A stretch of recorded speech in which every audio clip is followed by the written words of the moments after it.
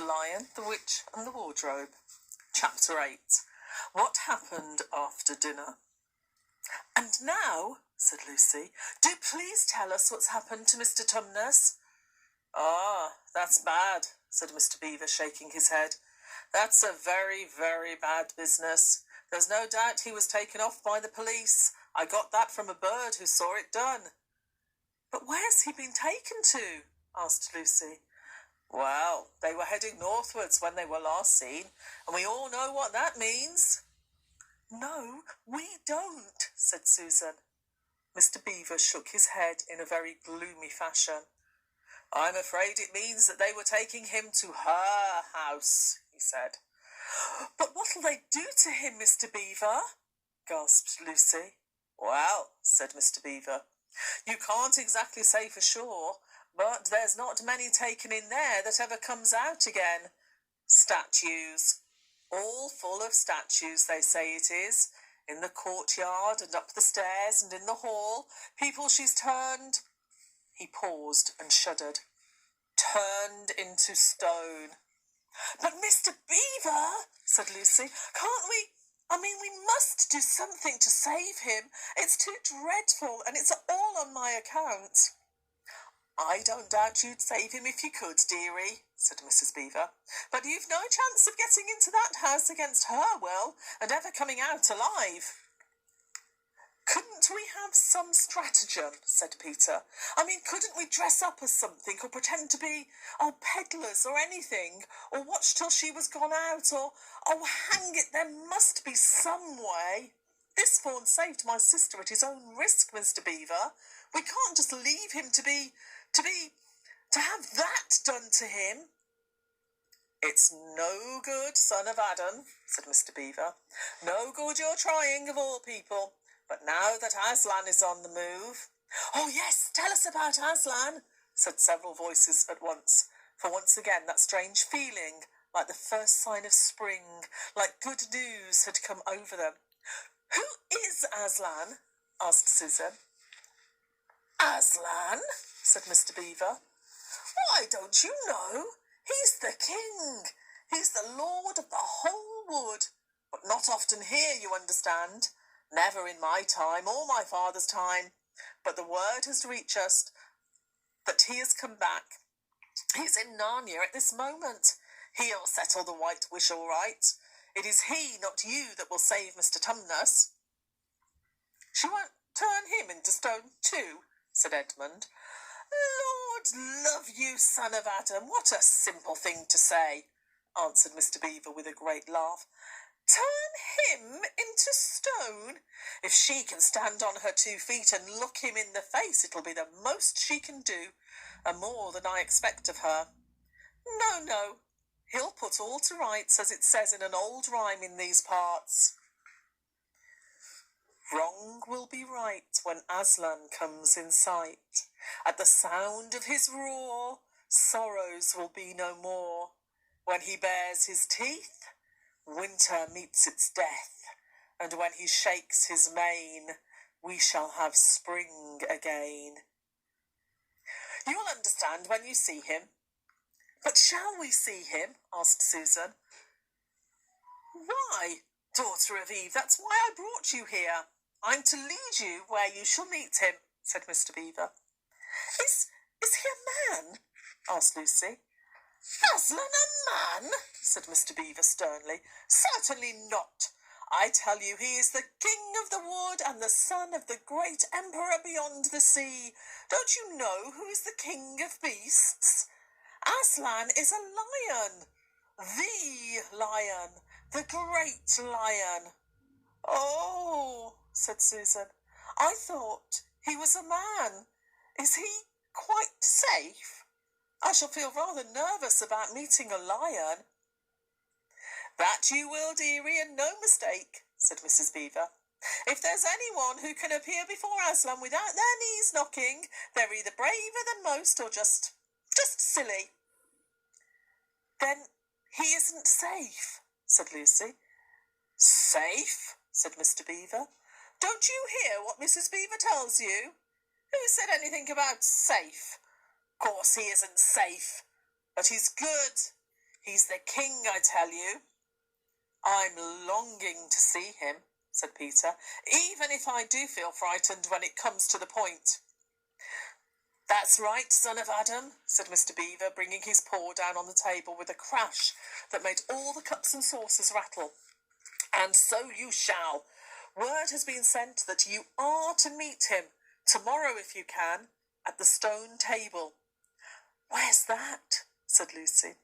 I'll show you, said Mr. Beaver. It's down the river a good step from here. I'll take you to it. But meanwhile, what about poor Mr. Tumnus? Said Lucy. The quickest way you can help him is by going to meet Aslan, said Mr. Beaver. Once he's with us, then we can begin doing things. Not that we don't need you too, for that's another of the old rhymes. When Adam's flesh and Adam's bone sits at Cair Paravel enthroned, the evil time will be over and done. So things must be drawing near their end now. He's come, and you've come. We've heard of Aslan coming into these parts before, long ago. Nobody can say when, but there's never been any of your race here before. That's what I don't understand, Mr. Beaver, said Peter. I mean, isn't the witch herself human? She'd like us to believe she is, said Mr. Beaver, and it's on that she bases her claim to be queen. But she's no daughter of Eve. She comes of your father Adam's. Here Mr. Beaver bowed. Your father Adam's first wife. Her they called Lilith, and she was one of the Jinn. That's what she comes from on one side. On the other side, she comes of the giants. No, there isn't a drop of real human blood in the witch. That's why she's bad all through, Mr. Beaver, said Mrs. Beaver. True enough, Mrs. Beaver, replied he. There may be two views about humans, meaning no offence to the present company, but there's no two views about things that look like humans and aren't. I've known good dwarfs, said Mrs. Beaver. So've I, now you come to speak of it, said her husband, but precious few, and they were the ones least like men. But in general, take my advice, when you meet anything that's going to be human and isn't, or used to be human once and isn't now, or ought to be human and isn't, you keep your eyes on it and feel for your hatchet. And that's why the witch is always on the lookout for any humans in Narnia.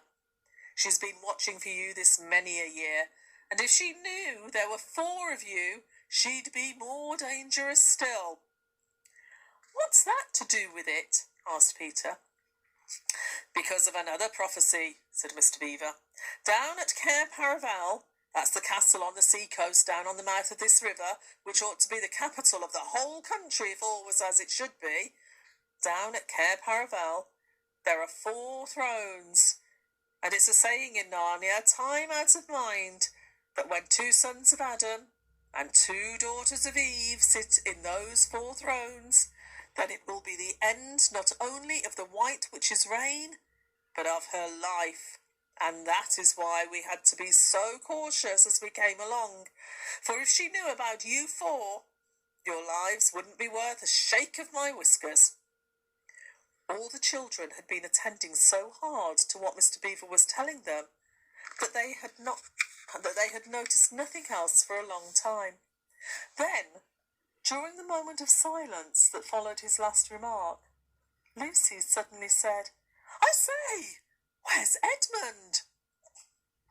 There was a dreadful pause, and then everyone began asking, Who saw him last? How long has he been missing? Is he outside? And then all rushed to the door and looked out. The snow was falling thickly and steadily. The green ice of the pool had vanished under a thick white blanket, and from where the little house stood in the centre of the dam, you could hardly see either bank.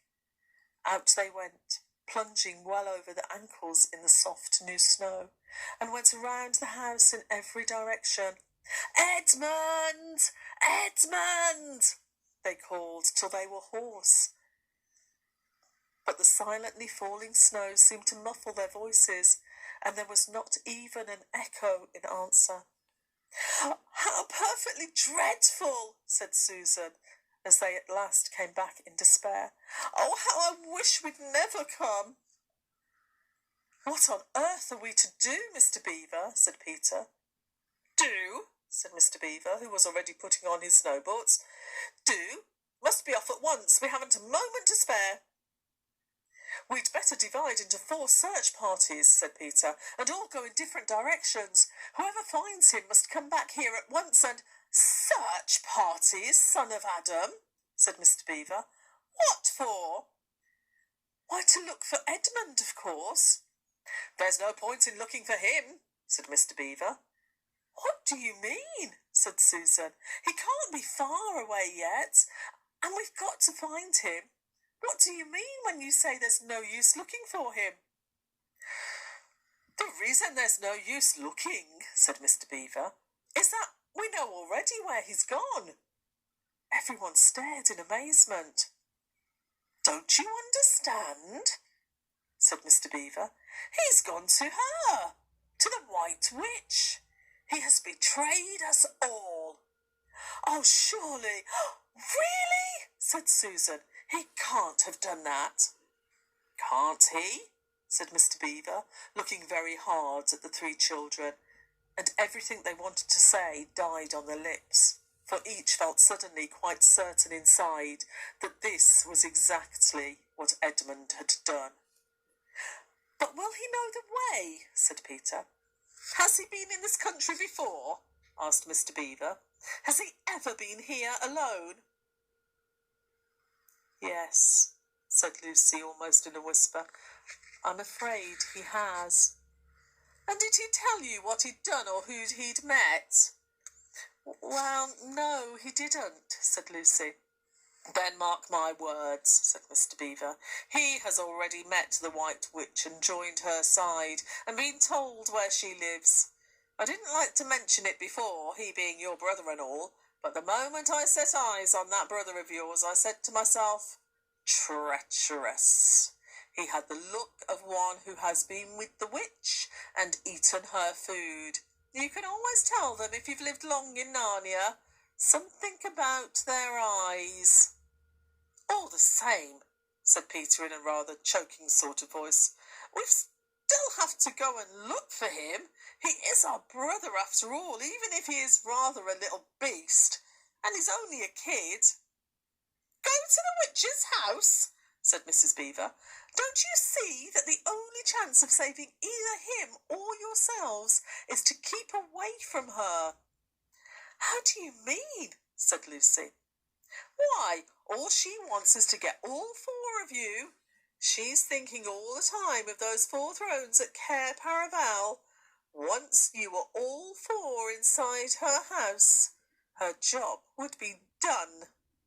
And there'd be 4 new statues in her collection before you had time to speak. But she'll keep him alive as long as he's the only one she's got, because she'll want to use him as a decoy, as bait to catch the rest of you."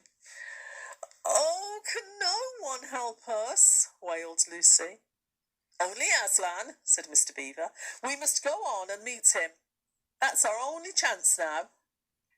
"It seems to me, dearies," said Mrs. Beaver, "that it is very important to know just when he slipped away. How much he can tell her depends on how much he heard. For instance, had we started talking of Aslan before he left? If not, then we may do very well, for she won't know that Aslan has come to Narnia, or that we are meeting him, and we're quite off her guard as far as that is concerned." "I don't remember his being here when we were talking about Aslan," began Peter, but Lucy interrupted. "Oh, yes, he was," she said miserably. "Don't you remember? It was he who asked whether the witch could turn Aslan into stone, too." "So he did, by Jove," said Peter. "Just the sort of thing he would say, too." "Worse and worse," said Mr. Beaver. "And the next thing is this. Was he still here when I told you that the place for meeting Aslan was the stone table?" And of course, no one knew the answer to this question. "Because if he was," continued Mr. Beaver, "then she'll simply sledge down in that direction and get between us and the stone table and catch us on our way down. In fact, we shall be cut off from Aslan." "But that isn't what she'll do first," said Mrs. Beaver. "Not if I know her. The moment that Edmund tells her that we're all here, she'll set out to catch us this very night, and if he's been gone about half an hour, she'll be here in about another 20 minutes. "You're right, Mrs. Beaver," said her husband. "We must get away from here. There's not a moment to lose."